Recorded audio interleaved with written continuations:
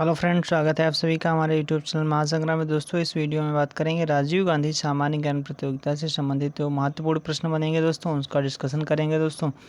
अगर आपने दोस्तों हमारा मास्टर वीडियो नहीं देखा है, उसमें हमने जितने भी टॉपिक से क्वेश्चन पूछे जाने हैं उन सभी टॉपिक को कवर किया दोस्तों। अगर आपने हमारा उस वीडियो नहीं देखा है तो उसको हम इस वीडियो के डिस्क्रिप्शन में उसकी लिंक डाल देंगे, वहाँ से आप देख सकते हैं। उसमें सभी टॉपिक्स को एक साथ कवर किया गया है दोस्तों, उससे आप देख लेंगे तो आपको अच्छे से समझ में आ जाएगा। चलिए फ्रेंड्स, देख लेते हैं आज के लिए दोस्तों। आज के लिए कुछ इंपॉर्टेंट क्वेश्चन लेकर आए हैं जो राजीव गांधी प्रतियोगिता से संबंधित हैं दोस्तों। पहला क्वेश्चन है, मुख्यतः किसके प्रयास से दोस्तों सती प्रथा का उन्मूलन किया गया था दोस्तों? ये थे राजा राम मोहन राय। यानी राजा राम मोहन राय दोस्तों, जो जिनके प्रयासों से दोस्तों क्या हुआ था, सती प्रथा का अंत हुआ था। आगे देख लेते हैं, अलीगढ़ में स्थित मोहम्मदन एग्लो ओरिएंटल कॉलेज को किसने स्थापित किया था दोस्तों? ये सर सैयद अहमद खान ने स्थापित किया था। चलिए फ्रेंड्स, देख लेते हैं आगे। आर्य समाज जो क्या था दोस्तों, किसके विरुद्ध था? ये विरुद्ध था दोस्तों धार्मिक अनुष्ठान और मूर्ति पूजा के दोस्तों क्या था, विरुद्ध था। चलिए फ्रेंड्स, आगे देख लेते हैं। अगला क्वेश्चन है, युवा बंगाल आंदोलन के नेता कौन थे दोस्तों? मोस्ट इम्पॉर्टेंट क्वेश्चन है, इसको याद कर लेना। हेनरी विवियन डेरोजियो थे। कौन थे? डेरोजियो थे। चलिए फ्रेंड्स, आगे देख लेते हैं। अगला क्वेश्चन है, थियोसॉफिकल सोसाइटी ने भारत में कब और कहाँ अपना मुख्य कार्यालय संस्थापित किया था दोस्तों? ये स्थापित किया था 1882 ईस्वी में अडेयार में स्थापित किया था। चलिए फ्रेंड्स, आगे देख लेते हैं। अगला क्वेश्चन क्या है?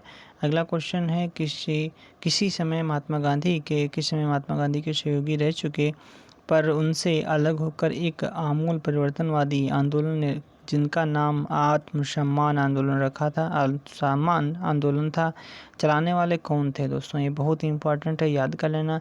ये थे ईवी रामास्वामी नायकर। कौन थे? ईवी रामास्वामी नायकर थे। चलिए फ्रेंड्स, आगे देख लेते हैं। अगला क्वेश्चन क्या है? अगले क्वेश्चन की दोस्तों बात कर लेते हैं। अगला क्वेश्चन है, एक मिनट, हाँ। क्वेश्चन है दोस्तों, विधानसभा में किसी दल के निर्वाचित सदस्यों के दल बदल पर निम्नलिखित में से किसने प्रतिबंध लगाया था दोस्तों? ये लगाया था संविधान का 52वां संविधान संशोधन दोस्तों, ये जो राजीव गांधी के कार्यकाल में लगाया गया था। चलिए फ्रेंड्स, अगला क्वेश्चन है, किसी अधिनियम द्वारा किसी पार्टी के टिकट पर निर्वाचित सदस्य को दल बदल करने से रोका जा सकता है? किस आधार से दोस्तों? 52वें संविधान संशोधन अधिनियम के आधार पर किया जा सकता है। अगला क्वेश्चन है, संसद का एक निर्दलीय सदस्य कितने समय के अंदर किसी राजनीतिक दल का सदस्य बन जाना चाहिए ताकि दल बदल कानून के अंतर्गत उसके विरुद्ध कोई कार्रवाई ना हो सके दोस्तों? इसकी जो समय सीमा है 6 माह है। कितनी है दोस्तों? 6 माह है। 6 माह के अंदर वो सदस्यता ले लेनी चाहिए उसको, नहीं तो उस पर दल बदल विरोधी कानून के तहत दोस्तों कार्रवाई की जा सकती है।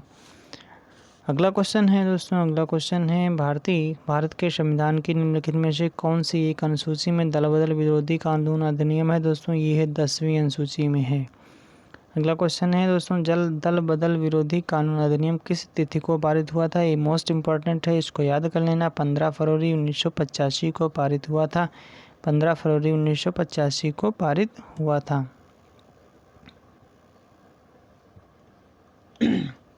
चलिए फ्रेंड्स, अगला क्वेश्चन देख लेते हैं। अगला क्वेश्चन है, निम्नलिखित में से यह किसने निर्धारित होता है कि भारत का संविधान परिसंघीय है दोस्तों?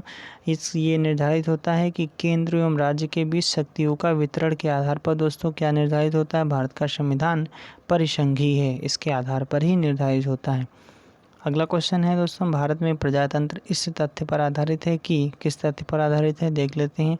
पहला ऑप्शन है संविधान लिखित है, फिर ये लिखा है यहाँ मौलिक अधिकार प्रदान किए गए हैं और जनता से सरकारों को चुनने एवं बदलने का अधिकार प्राप्त है।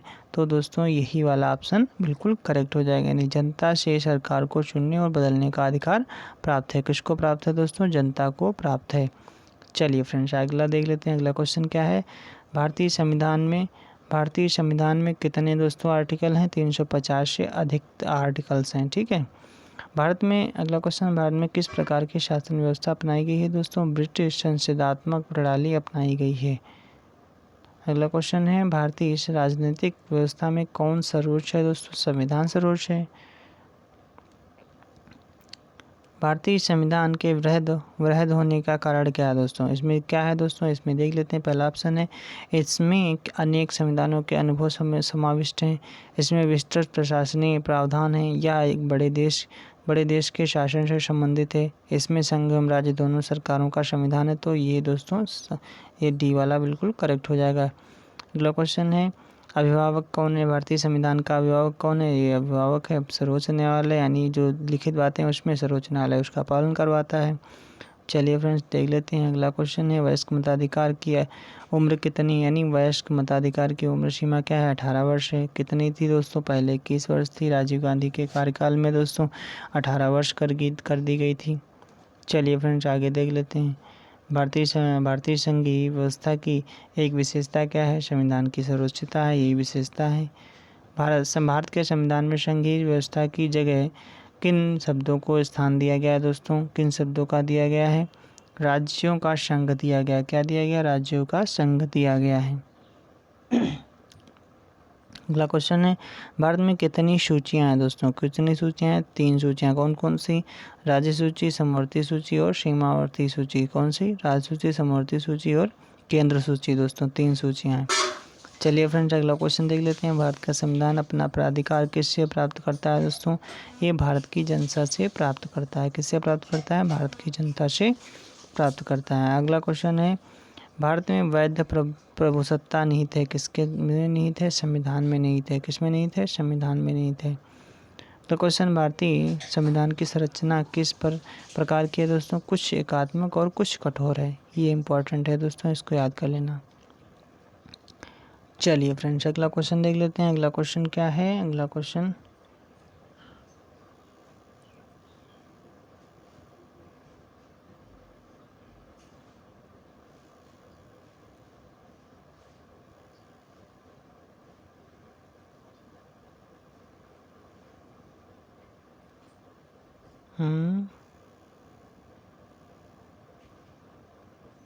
चलिए फ्रेंड्स अगला क्वेश्चन है कि निम्नलिखित में से किसने कहा था अच्छा शासन सुशासन का स्थानापन्न नहीं है दोस्तों? किसने कहा था दोस्तों? ये कहा था दयानंद सरस्वती जी ने कहा था। किसने कहा था? दयानंद सरस्वती जी ने कहा था।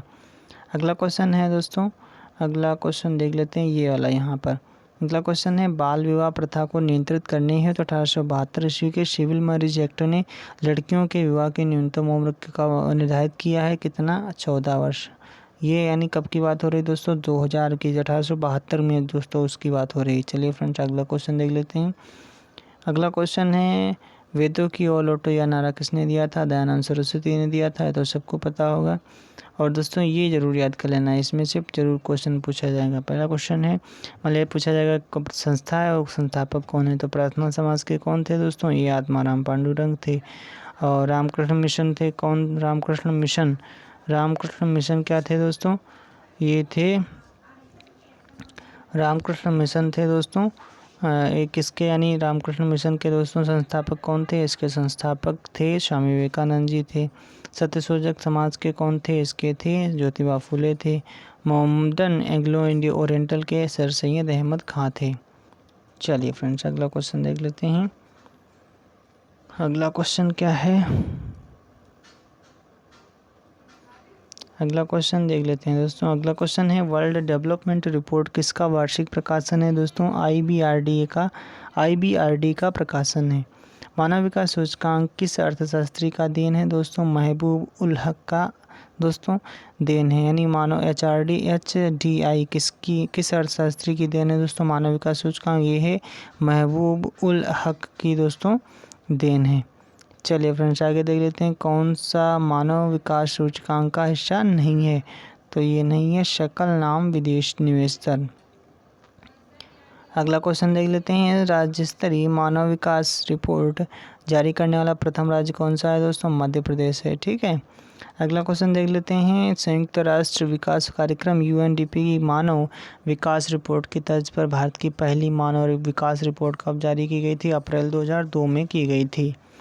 अगला क्वेश्चन है, UNDP की मानव विकास रिपोर्ट में भारत की किस श्रेणी में रखा गया दोस्तों? रखा गया मध्यम मानव विकास श्रेणी में रखा गया है। चलिए फ्रेंड्स अगला देख लेते हैं। शैक्षिक विकास सूचकांक दोस्तों ये बहुत ही इंपॉर्टेंट है, इसे याद कर लेना, शिक्षा के विकास से संबंधित है। अनुसार भारत के 4 उच्चतम शिक्षा साक्षरता वाले राज्य कौन कौन से? पहला है केरला, फिर तमिलनाडु, फिर पंजाब, फिर दिल्ली। पहले नंबर पे कौन है दोस्तों? केरला है, फिर है तमिलनाडु, फिर पंजाब है, फिर दिल्ली है। चलिए फ्रेंड्स अगला क्वेश्चन देख लेते हैं। बंद अर्थव्यवस्था से आप क्या समझते हैं? ये समझते हैं आयात निर्यात बंद। ठीक, सिंपल सा, कुछ दिक्कत नहीं। भारत में प्रचंड बेरोजगारी सामान्यतः दिखाई जाती है। कैसे दिखाई जाती है दोस्तों? कृषि क्षेत्र में होती है, दिखाई देती है। किस में दिखाई देती है? कृषि क्षेत्र में दिखाई देती है। अगला क्वेश्चन है दोस्तों, किसी देश का आर्थिक विकास निर्भर किस पर करता है? ये निर्भर करता है प्राकृतिक संसाधन वहाँ पर कैसे हैं, पूंजी निर्माण के कितना है, और बाजार का आकार कैसा है। चलिए फ्रेंड्स आगे देख लेते हैं, अगला प्रश्न देख लेते हैं। अगला क्वेश्चन क्या है? अगला प्रश्न है दोस्तों, भूमि विकास बैंक का क्या कार्य है? इसका मुख्य कार्य है दीर्घकालीन ऋण कृषकों को उपलब्ध कराना, ये इसका मुख्य काम है। अगला क्वेश्चन है दोस्तों, भारतीय स्टेट बैंक द्वारा देश में पहला तैरता हुआ ATM कहाँ स्थापित किया गया? ये स्थापित किया गया कोच्चि में। कहाँ? कोच्चि में। अगला क्वेश्चन है, ग्रामीण विकास के लिए ऋण प्रदान करने वाला नाबार्ड है। क्या है? एक नाबार्ड है। क्या है दोस्तों? एक बैंक है। नाबार्ड की स्थापना किस समिति की सिफारिश के आधार पर की गई थी? इसका आंसर हो जाएगा दोस्तों शिवरामन समिति के आधार पर की गई थी। इसको याद कर लेना, शिवरामन समिति के आधार पर की गई थी। अगला क्वेश्चन है, राष्ट्रीय कृषि एवं ग्रामीण विकास बैंक की स्थापना किस पंचवर्षीय योजना में की गई थी? छठी पंचवर्षीय योजना में की गई थी। यानी नाबार्ड की स्थापना कब की गई थी दोस्तों? छठी पंचवर्षीय योजना में की गई थी। राष्ट्रीय आवास बैंक किसका नियंत्रित उपक्रम है दोस्तों? भारतीय रिजर्व बैंक का है। किसका? भारतीय रिजर्व बैंक का है। अगला क्वेश्चन है, भारतीय लघु उद्योग विकास बैंक का मुख्यालय कहाँ है दोस्तों? लखनऊ में। कहाँ है? लखनऊ में।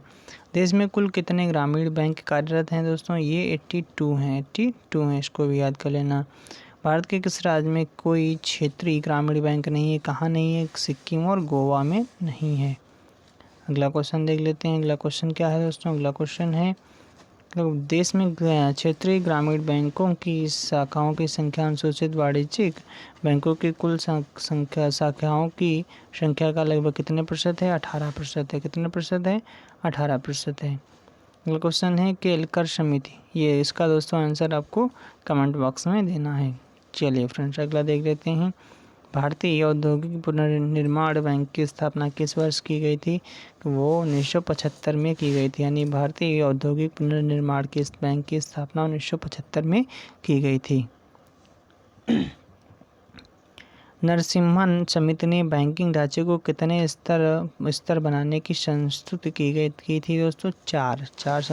चार दोस्तों संस्तुत की गई थी, 4 स्तरीय।